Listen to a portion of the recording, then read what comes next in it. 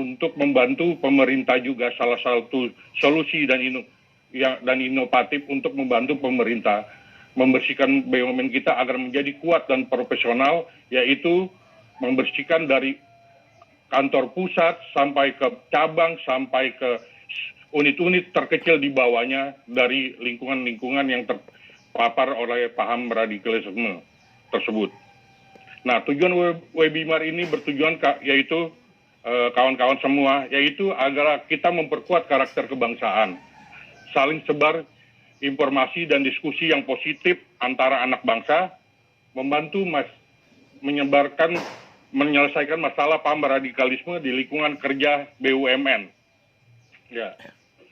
Peserta webinar ini diikuti oleh para birokrat, tokoh masyarakat, permati masalah radikalisme, dan pengamat dan peneliti yang relevan dengan masalah radikalisme. Oke, kita bahas sedikit tentang lingkungan kerja yang terpapar radikalisme di BUMN, yaitu maupun perusahaan swasta yang rentan menjadi ajang penyebaran ide-ide intoleran dan radikal. Biasanya indikasi yang muncul dari gejala ini adalah merasa paling benar, cenderung mengembangkan narasi kebencian kepada pemerintah, menghalalkan kekerasan dan diskriminasi terhadap yang dianggapnya sebagai sesat dan menyimpang, dan gampang menuduh sesat paham keagamaan lain.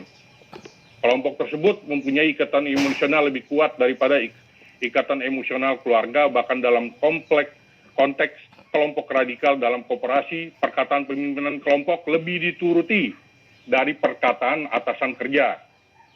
Kelompok radikal di lingkungan kerja perusahaan biasanya akan melakukan pertemuan-pertemuan tertutup di tempat tertentu.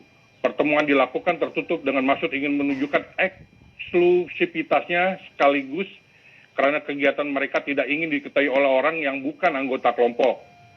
Tujuannya memperluas pengetahuan karyawan mengenai apa yang harus dilakukan jika mengetahui atau melihat adanya ancaman radikalisme di lingkungan kerja, membangun kesadaran dalam menghadapi ancaman radikalisme, mendorong warga masyarakat lainnya agar aktif membangun komunikasi antara warga dan diskusi terkait dan kaitannya dengan radikalis, menyiapkan berbagai tindakan nyata yang dilakukan bila terjadi aksi radikalis di lingkungan kuncinya.